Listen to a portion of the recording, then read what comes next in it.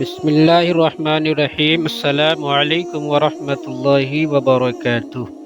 امید کرتا ہوں آپ حضرات خیریت و عافیت سے ہوں گے۔ معزز سامعین، آپ حضرات کے سامنے ہر روز کی طرح ایک نیا وظیفہ لے کر کے حاضر ہوا ہوں۔ محترم سامعین، آج کا وظیفہ خواتین کے لیے خاص ہونے والا ہے، باقی ہر انسان کے لیے ضرورت مند ہے تو اس کو استعمال کر سکتا ہے۔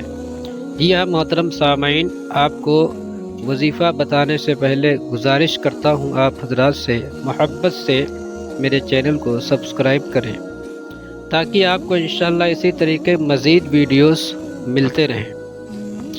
محترم سامعین، وظیفہ کس لیے ہے اور کیا ہے اور کس طریقے سے کرنا ہے؟ سب سے پہلے جانتے ہیں وظیفہ کس کام کے لیے کیا جائے۔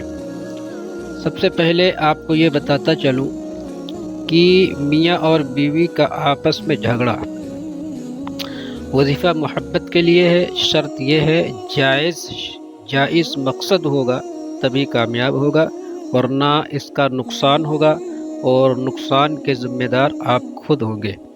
میری طرف سے ناجائز کوئی اجازت نہیں ہے۔ میاں اور بیوی کے لیے یہ وظیفہ ہے۔ اب آپ جان لیجئے وظیفہ کیا ہے۔ محترم سامعین، آپ کو 11 کالی مرچ کے دانے لے کر آنا ہے۔ جی ہاں، 11 کالی مرچ کے دانے لے کر آنا ہے اور اپنے سامنے اپنے پاس کسی برتن میں رکھ لینا ہے۔ پھر آپ کو درود شریف 3 مرتبہ پڑھنا ہے اور 11 مرتبہ آپ کو پڑھنا ہے یا لطیفو یا لطیفو، اور اس کے بعد 11 مرتبہ آپ کو پڑھنا ہے یا ودودو یا ودودو، یہ بھی 11 بار، یا لطیفو یہ بھی 11 بار، اور لاسٹ میں 1 مرتبہ پھر درود پاک پڑھ لیں۔ اس کے بعد اس میں سے ایک کالی مرچ کو اٹھائیں اور اس پر دم کریں، یعنی پھونک ماریں اور اس کو علیحدہ رکھ دیں۔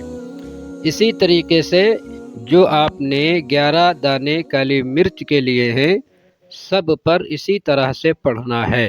ہر ایک دانہ پہ 11 مرتبہ پڑھنا ہے یا ودودو یا لطیفو، اول آخر درود پاک ضرور لگانا ہے اور مقصد کو ذہن میں رکھنا ہے۔ 100% انشاءاللہ اللہ تبارک و تعالی نے چاہا آپ کامیاب ہو جائیں گے۔